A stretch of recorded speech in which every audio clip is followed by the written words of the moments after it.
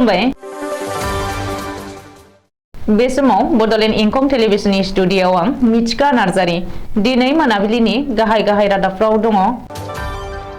KLOनि मासिगिरि जीवन सिंहआ म्यानमार नागारनानै भारताव हाबफैबाय। काजिरङायाव गिख्रंथाव लामा जाब्रबथाय नखरसेनिनो 3 सुबुंनि जिउ खहा आरो 2 गोब्राब जोखोम। गुवाहाटीआव गंसे हटेलनिफ्राय 2 कौटि बेसेननि हेर'इन बोखांदों। कार्बि आलंआव हाथाइ दानख'नानै लांजानाय मैदेर गोथै बोखांदों। कक्राझाराव बेंगुरा सुबुंफोरनो गोनां मुवा बेसाद रानदों। दुलाराय बर' आइजो अनसाय आफादनि खुंगा 17थि 2 बोसोरारि आरो दुलाराय बर' हारिमु आफादनि 19थि बोसोरसालिया जथुम्मानि थाखाय गोख्रों लाहार फाहारा सोलिगासिनो। आध्यात्मिक अत्रिमुनि आरो राम जानकीनाथ आश्रमाव दुर्गा प्रवचन महायज्ञ खुंफुंनो लाहार फाहार। आसाम नाट्य सन्मिलननि 61थि बरपेटा रड बोसोरारि जथुम्मा। बाक्सानि मायंपारा गामियाव मागो दमासिनि लाहार फाहार। कंग्रेसजों दैदेनजानाय हिमाचल प्रदेशआव गोजाम पेन्सन खान्थिया फैफिनबाय। बाक्सानि सालबारियाव बिफाया गावनि फिसाज्लाजोंनो बुथारजादों। मिजोरामाव आसाम राइफला गोबां बिबांनि बिदेशी जौ बोखांदों। साबा साहित्य अकादेमि बान्था मोनगिरिफोरनि नुजाथिनायजों 56थि फुंखा थुनलाइयारि ज'खन्थाइया जाफुंलांबाय। दानिया फैदो आबुं रादाबाव।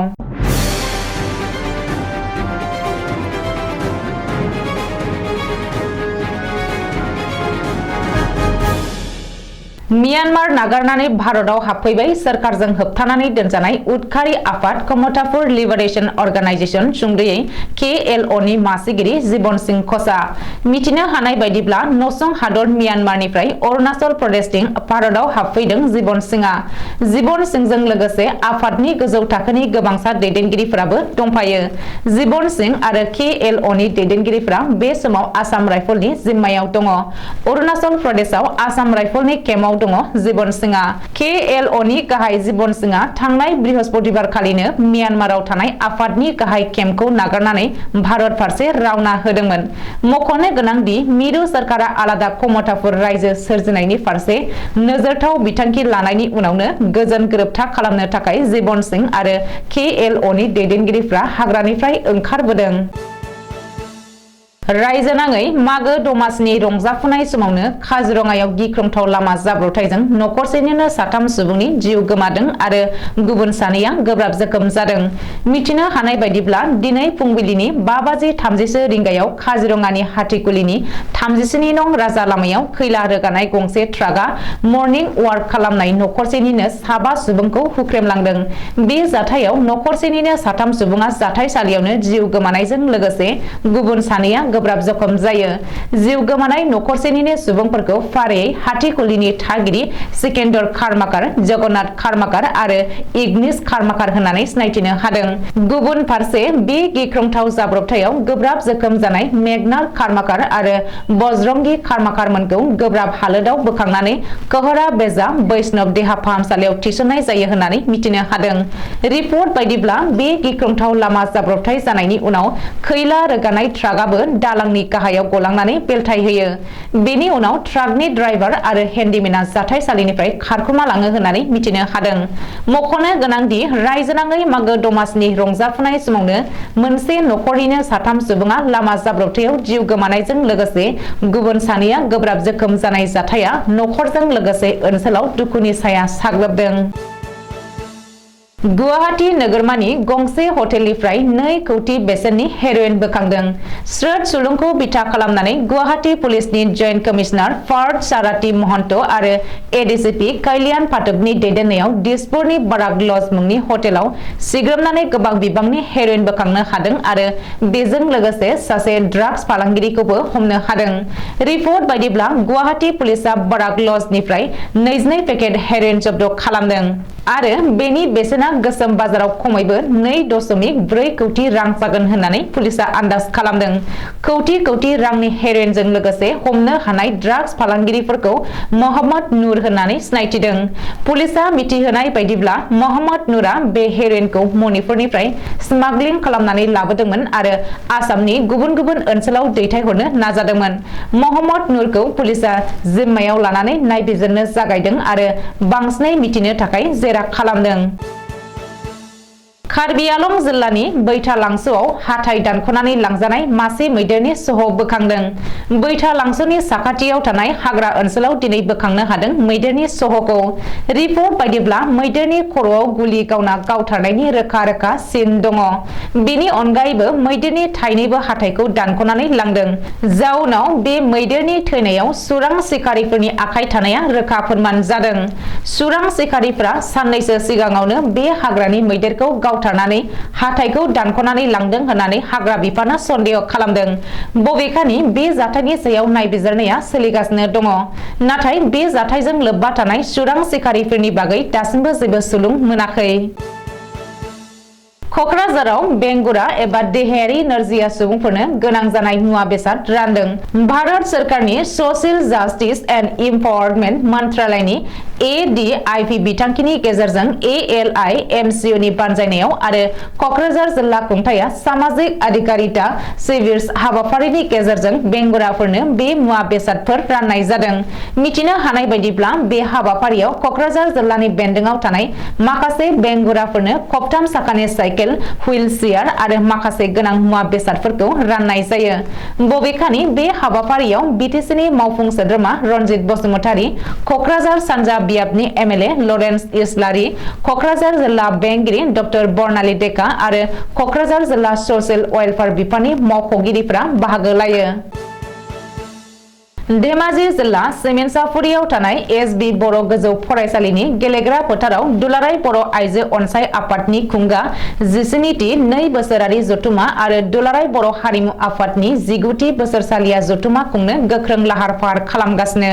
मख'नो गोनांदि सोलिफु बोसोरनि 16, 17 आरो 18 जानुवारियाव खुंफुंजानो गोनां दुलाराय बर' आइजो अनसाय आफादनि खुंगा 17थि 2 बोसोरारि जथुमा आरो दुलाराय बर' हारिमु आफादनि 19थि बोसोरसालिया जथुमानि खामानि मावनाया 19% जाफुंबाय होननानै फोरमायथिदों बानजाय आफादनि आफादगिरि ललित चन्द्र बर'आ। बबेखानि दुलाराय बर' आइजो अनसाय आफादनि खुंगा 17थि 2 बोसोरारि जथुमा आरो दुलाराय बर' हारिमु आफादनि 19थि बोसोरसालिया जथुमायाव 4000 थान्दैफोरा बाहागो लागोन होननानै बानजाय आफादनि आफादगिरि ललित चन्द्र बर'आ फोरमायथिदों। सतसंगी महायज्ञ आफादा आत्तारिकाट आत्रिमुनि आरो राम जानकीनाथ आश्रमाव फैगौ 1 फेब्रुवारिनिफ्राय 9 फेब्रुवारिसिम 9 सान दुर्गा प्रवचन महायज्ञ खुंफुंनो लाहार फाहार खालामदों। उदालगुरि आरो बाक्सा जिल्ला सिमना ओनसोल आत्तारिकाट आत्रिमुनि आश्रम आरो राम जानकीनाथ गसाला आश्रमाव लान्थ्रियै 9 सान दुर्गा प्रवचन महायज्ञ खुंफुंनो लाहार फाहार जादों। आगुआवनो दाना होजानाय बानजाय आफादनि मासिगिरि गौतम शर्मानि आफाद सामलायनायाव दिनै मोनसे गोनां सावरायनां आयदा लानानै मेल जथुमो। बेनि उनाव मावफुं आफादगिरि गौतम शर्मा, लिंथुमगिरि मनरन्जन बर' आरो बे आश्रमनि सामलायगिरि खगेन बर'आ खौरांगिरिफोरनि सिगाङाव दुर्गा प्रवचन महायज्ञनि बागै फोरमायथियो। बबेखानि दिनैनि बे सावराय जथुमाव बानजाय आफादनि आफादगिरि जौस्रां बर', डिमाकुसि दख'रा एबसुनि दैदेनगिरि समाज सिबियारि मनज मिश्र, कल्पना शर्मा, तरुण मुसाहारि, उदालगुरिनि IS जयपाल ब्रह्मजों लोगोसे ओनसोलनि गोबां मेलेमजिबि समाज सिबियारि आरो रायन' इका फरेस्ट NGO-नि दैदेनगिरिफ्रा बाहागो लायो। आसाम नाट्य सन्मिलननि 61थि बोसोरारि जथुमाया बे खेबाव बरपेटा र'डआव खुंफुंजागोन। फैगौ 18 जानुवारिनिफ्राय 22 जानुवारि खालारसिम सानबानि हाबाफारिजों खुंफुंनो थाखाय लाहार फाहार खालामनाय जादों। जानो गोनां सावरायमा जथुम हाबाफारिखौ लानानै दिनै मा हाबाफारि लानाय जागोन बेनि सोमोन्दै सावरायनो थाखाय बानजाय आफादा खौरां मेल लादों। खौरां मेलाव बानजाय आफादा बुङो दि दिल्ली, कलाकार, सिक्किम आरो आसामनि 17टा नाटक मुलुग दिन्थिफुंगोन नाट्य सन्मिलननि हाबाफारियाव। बेनि अनगायैबो जेएल आगरवालाया गोसोखां महरगिरि बान्था, जेएल अग्रवाल मेमोरियल आर्टिस्ट बान्था, मुंदांखा लाइट आर्टिस्ट कल्याण देव आरो धरनीकान्त रयनो जिउनां एचिभमेन्ट बान्था गथायनाय जागोन। बलिउडनि मुंदांखा डाइरेक्टर एम.के. रायनो बान्था गथायनाय जागोन। जानाय लोंनायनि फोरबो मागो दाना फैयै फैयै सौफैलायबाय। बेनिखायनो रायजोनि गासै ओनसोलाव आरो गामिफोराव नखर नखर मागो दमासिनि थाखाय मुखुब जानायखौ नुनो मोननाय जादों। थिग बेबायदिनो गुबुन गुबुन गामिफोरनि बायदिनो बाक्सा जिल्लानि सालबारि महकुमानि बेन्दोंआव थानाय मायांफारा गामियावबो नखर नखर मागो दमासिनि थाखाय जानाय लोंनायनि लाहार फाहार खालामनायखौ नुनो मोननाय जादों। मागो दमासिनि थाखाय दिनैनिफ्रायनो फिथा जानो थाखाय अन गुन्दै लोगो नांनानै देनाय आरो फिथा सावनायाव मुखुब जानायखौ नुनो मोननाय जादों। लोगोसे गुबुन गुबुन रोखोमनि फिथा सावदों बर' आइजोफोरा, जेरैहाय फिथा गोलाव, फिथा लावदुम, सिथाव, सिबिं आरो नालेंखरनि फिथा, थावनि आसि बायदि बायदि रोखोमनि फिथा बानायनो थाखाय मुखुब जानायखौ नुनो मोननाय जादों आरो गासै रायजो नाङैनो मुखुब जानायखौ नुनो मोननाय जादों। मागो दमासिनि थाखाय रायजोनि फारफ्रोमथिंबो बेलांगुरजों लोगोसे जानाय लोंनायनिबो लाहार फाहार खालामदों। रावनिफ्रायबो उन जानानै थायाखै बाक्सानि मायंफारा गामिनि आइजोफोरा। गिबि मन्त्रि सुखबिन्दर सिंह सुकुजों दैदेनजानाय हिमाचल प्रदेशनि केबिनेटआ गोजाम पेन्सन खान्थिखौ गोजाम आरो गोदान सोरखारि मावफारिया बयनिबो थाखाय लाबोफिनबाय। मख'नो गोनांदि कंग्रेस दोलोआ थांनाय बिधान सभानि बिसायख'थियाव दोलोनि मेनिफेस्ट'आव फोसावखादोंमोन।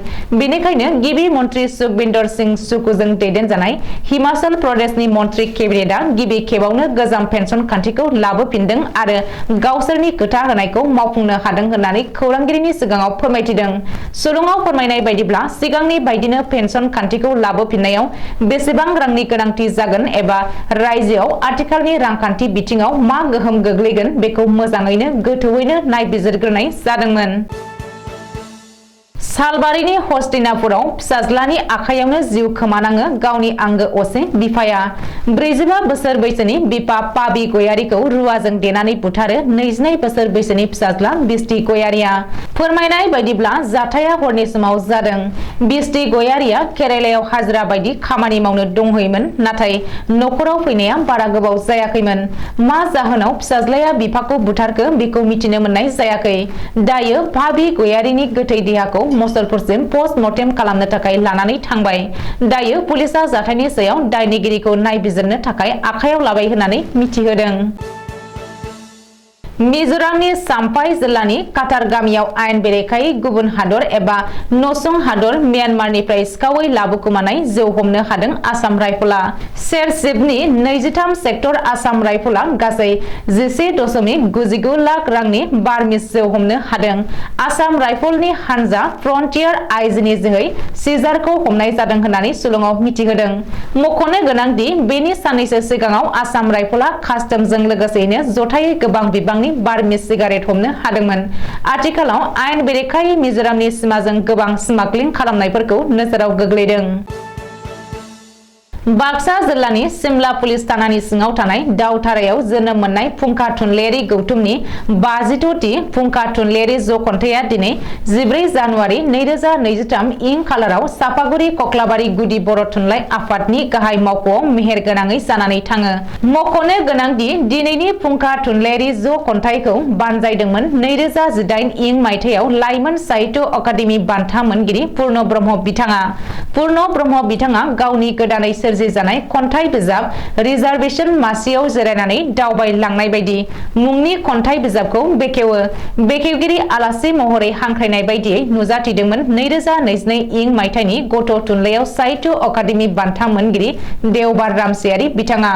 बे हाबाफारियावनो जर'खा आलासि महरै नुजाथिदोंमोन फारियै साहित्य अकादेमि बान्था मोनगिरि रश्मि चौधुरी, रावस्लायनाय साहित्य अकादेमि बान्था मोनगिरि गबिन्द नार्जारी, लाइमोन साहित्य अकादेमि बान्था मोनगिरि दैदेनगिरि अलंबार मुसाहारि 22 नं कक्लाबारि बियाबनि बारग' एमसिएलए अनिप बसुमतारि गेदेमा बिथांमोना बे हाबाफारिया फुंबिलिनि 11 रिंगानिफ्राय खन्थाइ मेथाइ सुंद' सल' बायदि बायदि मेहेर गोनां गाब गोनां हाबाफारिजों गाजा गोमजायै जानानै थाङो।